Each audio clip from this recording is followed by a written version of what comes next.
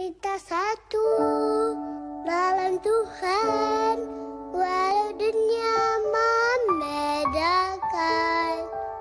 Ibarat tantasi malaikat, budaya tasi gelangan. Ibimi persini mekan. Halo anak-anak sekolah minggu, semuanya apa kabar? Tuhan memberkati kita nak ya. Kita tetap semangat, kita tetap setia untuk memuji, memuliakan nama Tuhan walaupun kita masih tetap di rumah. Kita tetap berdoa supaya Tuhan tolong kita. Tuhan memberkati kita melalui nyanyian pujian kita, melalui doa-doa kita, dan juga melalui pembacaan firman Tuhan. Oke, mari kita bersama-sama memuji, memuliakan nama Tuhan dari nyanyian Jangan Lelah. Oke, semua harus semangat ya. Bila ada mama sama bapak di dekat kita, semua ikut bernyanyi. Anak-anak kita juga semua ikut bernyanyi nakku ya. Ya, mama-mama ini ajak semua anak-anak kita untuk ikut memuji, memuliakan nama Tuhan. Jangan lelah, kita nyanyikan bersama-sama.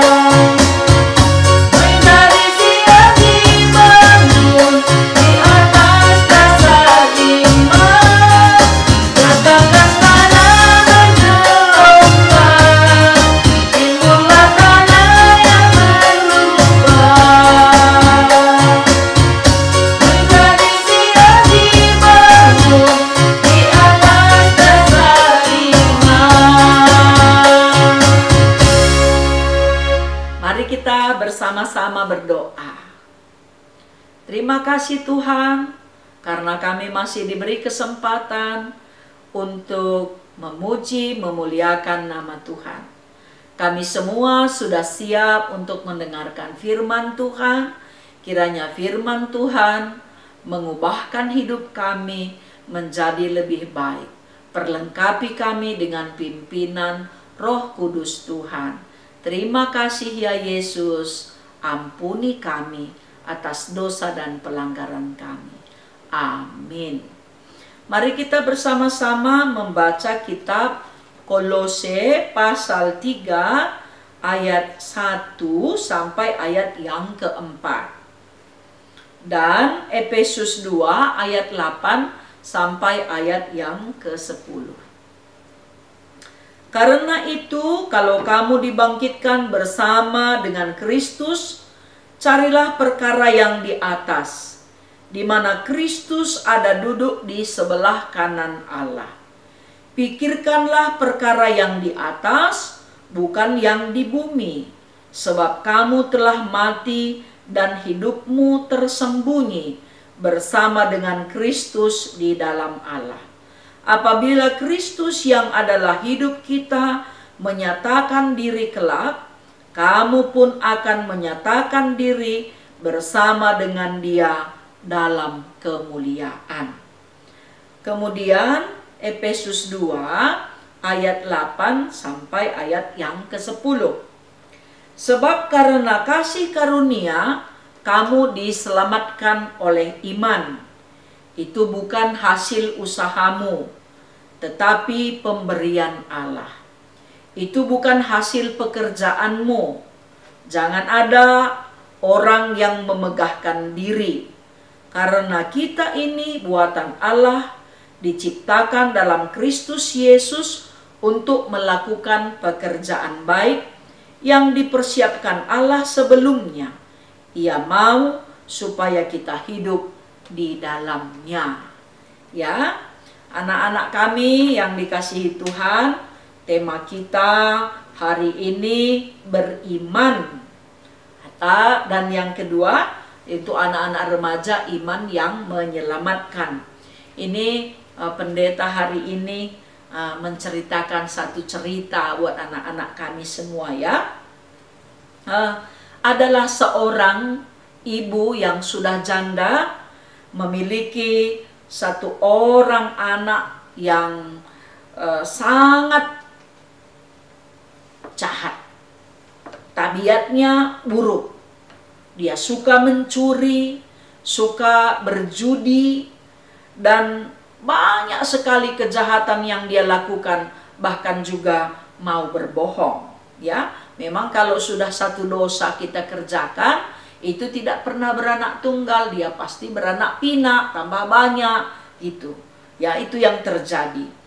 Tetapi ibunya ini sangat sedih memikirkan anaknya karena semua kejahatan hampir dia mau lakukan setiap hari dalam hidupnya.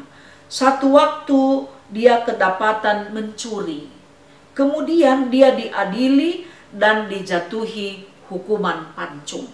Ya, anak laki-laki ini dijatuhi hukuman pancung. Hukuman ini akan dilakukan pada jam 6 pagi. Ya. Dan ibu ini menangis, meminta kepada Tuhan, dia berdoa supaya anaknya ini dilepaskan, ya, tidak dihukum hukuman pancung.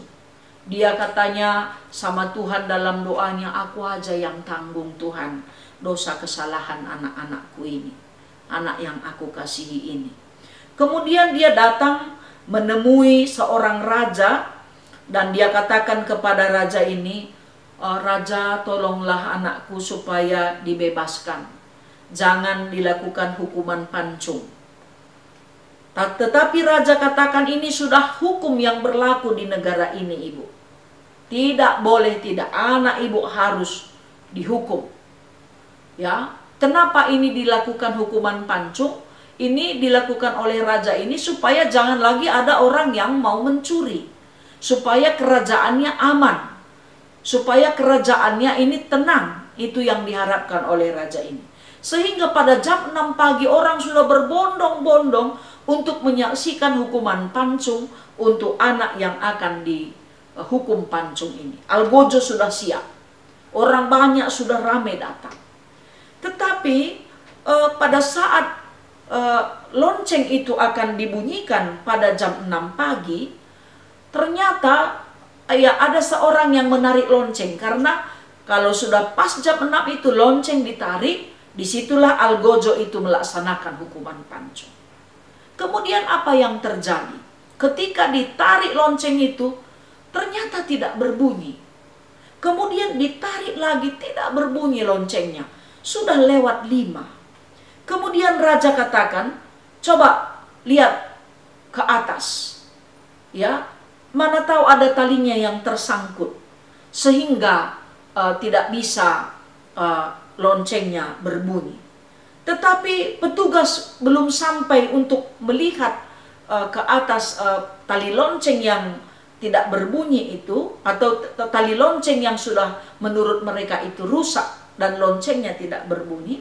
Kemudian penarik lonceng itu melihat ada darah menetes dari tali tarikan lonceng itu. Kemudian dia katakan, coba, ini apakah benar-benar ini darah?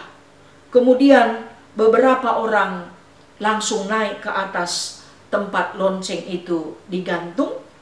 Kemudian ternyata apa yang ditemukan? Ternyata ibu itu sedang memegang lonceng itu, memeluk bandul lonceng supaya lonceng itu tidak berbunyi. Dia peluk erat-erat, dia peluk kuat-kuat supaya tidak berbunyi. Karena kalau berbunyi loncengnya, anaknya akan dihukum pancung. Rupanya ibu ini tidak ikhlas, tidak rela anaknya dihukum karena kesalahannya. Kemudian orang semua menyaksikan kejadian itu menangis. Semua menangis. Kenapa ibu ini mau memberikan hidupnya, menolong anaknya yang nakal. Kemudian anaknya datang, memeluk ibunya sambil meraung-raung, menangis dan menyesali perbuatannya karena dia sudah menyusahkan ibunya. Ya, rupanya ibunya mau menyerahkan hidupnya untuk anaknya. Tetapi apa yang terjadi pada malam itu, ya, apa yang dilakukan oleh ibunya, ya anakku, sebelum peristiwa lonceng itu akan dibunyikan, ya, dan hukuman pancung diberlakukan, malam-malam ibunya ini memanjat ke tempat tali lonceng itu diikat, ya, supaya anaknya ini terhindar dari hukuman pancung. Apa yang dilakukan oleh ibu ini, nakku? Ini adalah tanda kasihnya untuk anak yang dia sayangi walaupun nakal. Karena anak tetaplah pasti anak. Tetapi kalian jangan nakal, ya. Jangan nanti kalian harapkan juga, oh ini ada mama-mama, ibu-ibu mau memberikan nyawanya untuk anaknya. Itu tidak, itu maksudnya, ya. Jadi seperti itulah pengorbanan Tuhan Yesus untuk kita. Ya, iman kita dia tetap harapkan. Karena memang kita diselamatkan karena iman kita kepada Tuhan. Tetapi bukan karena prestasi iman. Bukan karena kita juara berbuat baik, juara baca Alkitab, tidak. Kita harus berbuat baik karena apa? Kita sudah menerima kebaikan Tuhan. Itulah hidup orang yang beriman. Dia selalu melakukan kebaikan. Kita harus mencari perkara-perkara yang di atas. Maksudnya perkara-perkara surga seperti yang dilakukan ibu ini tadi. Dia mau berkorban, dia mau mengasihi, dia mau mengampuni. Karena apa? Karena cinta kasihnya buat anaknya. Tuhan Yesus juga seperti itu. Dia mau berkorban, dia mau menderita, dia mau mati, ya, disalibkan. Karena apa? Karena dia sangat mencintai kita. Jadi kita juga semua anak-anak Tuhan, cintailah orang-orang yang sudah berkorban untuk kita, ya, mama kita, bapak kita. Kalian semua saling mengasihi satu dengan yang lain. Tuhan berkati nakku, Tuhan selalu mengajari kita untuk melakukan yang terbaik. Jadilah menjadi orang yang beriman dan takut akan Tuhan. Amin. Mari semua anak-anak yang dikasihi Tuhan, kita bernyanyi dari nyanyian Aku Milikmu Yesus Tuhanku.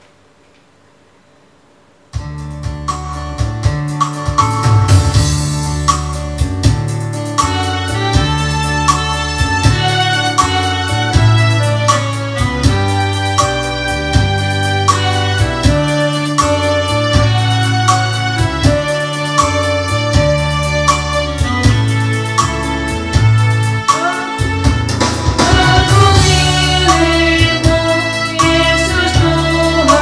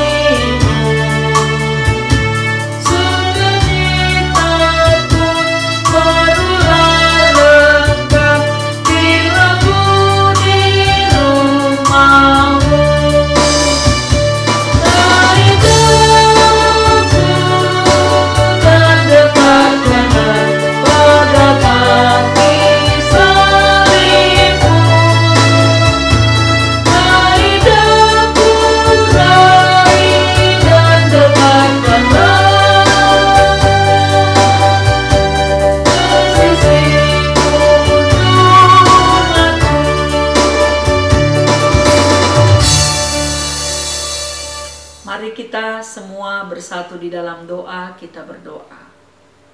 Terima kasih ya Tuhan, biarlah kami menjadi anak-anak yang beriman dan selalu mengandalkan Tuhan. Kami mengasihi Tuhan karena Tuhan selalu mengasihi kami. Ya Bapa di surga, terima kasih untuk cinta kasih-Mu bagi kami. Kami berdoa untuk mama dan bapak kami. Kiranya Engkau berikan kesehatan dan rezeki, memberikan sukacita, kerukunan dan kebahagiaan. Dan kami juga berdoa supaya Tuhan Engkau memberkati semua orang tua anak-anak kami. Hari ini juga Tuhan kami berdoa untuk anak-anak kami yang banyak sekali PR-nya, yang harus mereka kerjakan dan mempersiapkan diri juga untuk ujian. Berikan supaya mereka pintar dan mereka juga sabar, mereka juga rajin mau menolong orang tua, rajin berdoa, baca Alkitab, dan mau mendengarkan pengajaran orang tua yang baik. Tuhan, kami juga berdoa, kiranya Engkau memberkati semua anak-anak Tuhan yang bersaudara, kakak, abang, dan adik, supaya selalu saling mengasihi. Anak-anak kami yang berulang tahun, Engkau lengkapi sukacita mereka. Dan anak-anak kami yang sedang sakit, Engkau sembuhkan penyakitnya. Dan anak-anak kami yang sedang sedih, Tuhan hiburkan. Mungkin dia sudah bosan di rumah, tidak boleh keluar. Kiranya Tuhan Engkau memberikan kesabaran, supaya waktu ini semua dapat berlalu. Terima kasih Tuhan bahwa KKR sudah berumur 130 tahun. Engkau selalu berkati mereka. Dan guru-guru sekolah minggu, seksi KKR, pengurus KKR, semua Tuhan berkati. Inilah kami dan doa kami Tuhan, ampuni kami atas dosa dan pelanggaran-pelanggaran kami.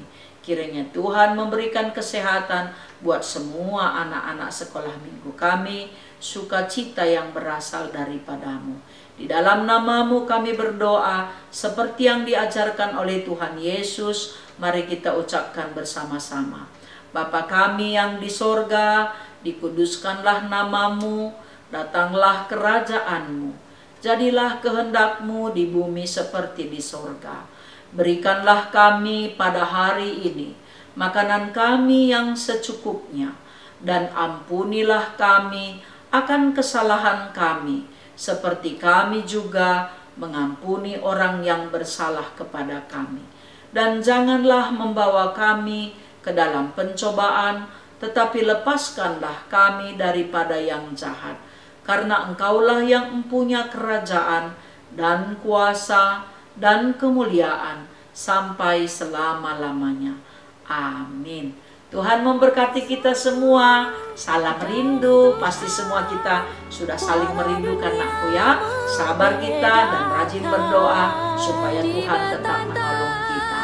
Tuhan memberkati, rajin belajar, jangan lupa membantu. Sampai bertemu lagi.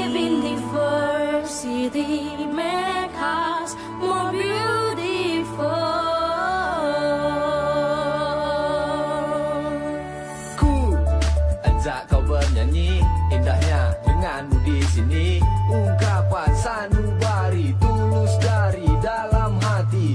Endah kerna kelengate sini aloken arah di bata nande bapa kamras aku.